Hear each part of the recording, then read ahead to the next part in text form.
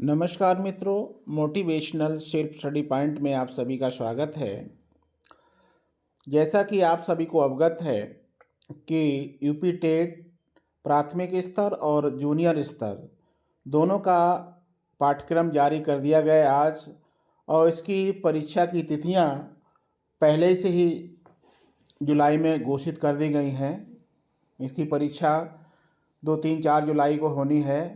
उसके लिए आज उत्तर प्रदेश शिक्षा सेवा चयन आयोग ने पाठ्यक्रम जारी कर दिया गया है, और जिस पाठ्यक्रम के बारे में बात कर रहा हूँ, पाठ्यक्रम पूरा जारी किया गया है और परीक्षा पैटर्न भी बताया गया है। परीक्षा पैटर्न में कोई खास अंतर नहीं आया है, जैसे पहले होता था वैसे ही अब भी रहेगा।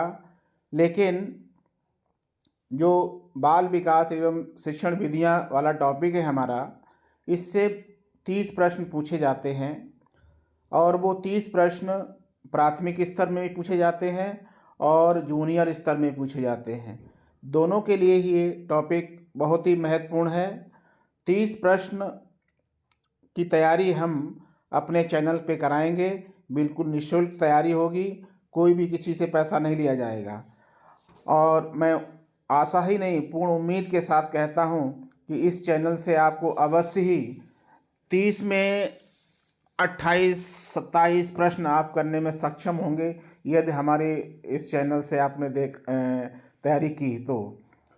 क्योंकि बाल मनोविज्ञान का ही मैं शिक्षक हूँ, इसलिए इसी के प्रश्नों को हम पूरे सिलेबस पे बात ना करके हम केवल बाल मनोविज्ञान पर ही बात करते हैं, और इसी पर की तैयारी हम आपको कराएंगे। तो जो आपके सामने सिलेबस है वो सेकंड पेपर यानी कि 6 से लेकर 8 तक के जूनियर स्तर का है, और प्राथमिक स्तर का भी लगभग सिलेबस मिलता जुलता है, कोई बहुत खास अंतर नहीं है। तो इसमें सिलेबस को कई यूनिटों में बांटा गया है। तो इसका नाम है बाल विकास एवं शिक्षण विधियाँ।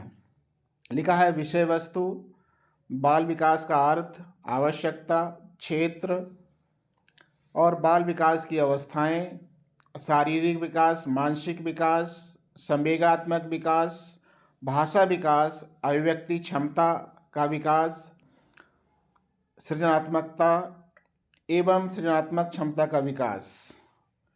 अगला पॉइंट है बाल विकास के आधार एवं उनको प्रभावित करने वाले कारक, वंशानुक्रम और वातावरण। इसके अंतर्गत इन्होंने बताया है कि पारिवारिक, सामाजिक, विद्यालयी और संचार माध्यम। अगला पॉइंट है सीखने का अर्थ एवं सिद्धांत।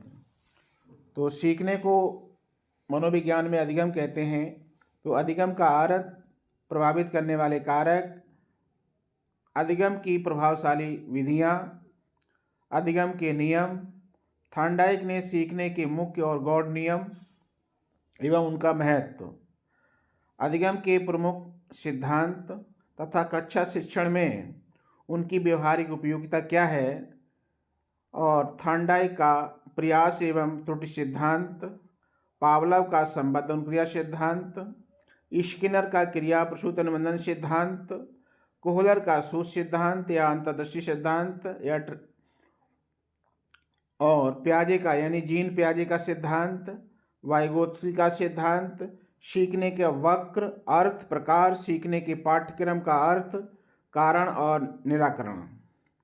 अगला पॉइंट है हमारा शिक्षण एवं शिक्षण विधाएं। शिक्षण का अर्थ, उद्देश्य, संप्रेषण, शिक्षण के सिद्धांत, शिक्षण के सूत्र, शिक्षण विधियाँ, शिक्षण के नवीन विधाएं, सूक्ष्म शिक्षण और शिक्षण के आधारभूत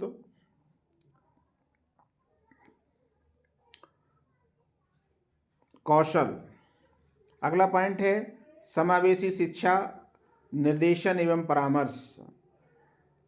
शैक्षिक समावेशन में से अभिप्राय, उनकी पहचान, प्रकार, निराकरण, यथा अपवंचित वर्ग, भाषा, धर्म, जाति, क्षेत्र, वर्ग, लिंग, शारीरिक दक्षता, दृष्टिबाधित, श्रवणबाधित, वाक और अस्थिबाधित यानी कि सभी प्रकार की दिव्यांगता या विकलांगता, मानसिक दक्षता यानी मेंटल एफिशिएंसी और समावेशन के लिए आवश्यक उपकरण, सामग्री, विधियाँ, टीएलएम, आवृत्तियाँ, समावेशी बच्चों का अधिगम जांचने हेतु आवश्यक टूल्स तथा तकनीकी,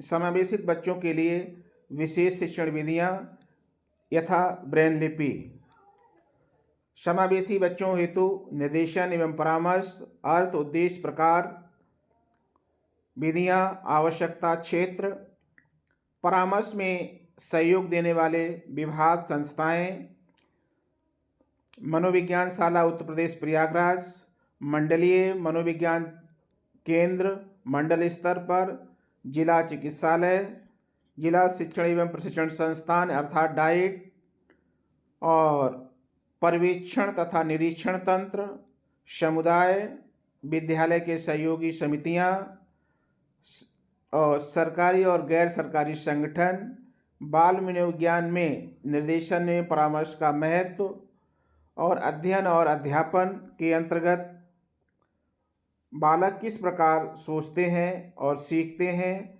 बालक विद्यालय प्रदर्शन में सफलता प्राप्त करने में कैसे और क्यों असफल होते हैं, शिक्षण अधिगम की बुनियादी प्रक्रियाएं, बालक की अध्ययन कार्यनीतियाँ, सामाजिक क्रियाकलाप के रूप में अधिगम के सामाजिक संदर्भ,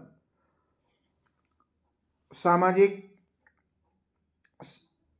एक समस्या समाधानकर्ता, एक वैज्ञानिक अन्वेषण बालक के रूप में, बालकों में अधिगम की वैकल्पिक संकल्पना, अधिगम प्रक्रिया में महत्वपूर्ण चरणों के रूप में बालक त्रुटियों को समझना, बोध, संवेदनाएं, प्रेरणा, अधिगम में योगदान देने वाले कारक, निजी, पर्यावरण।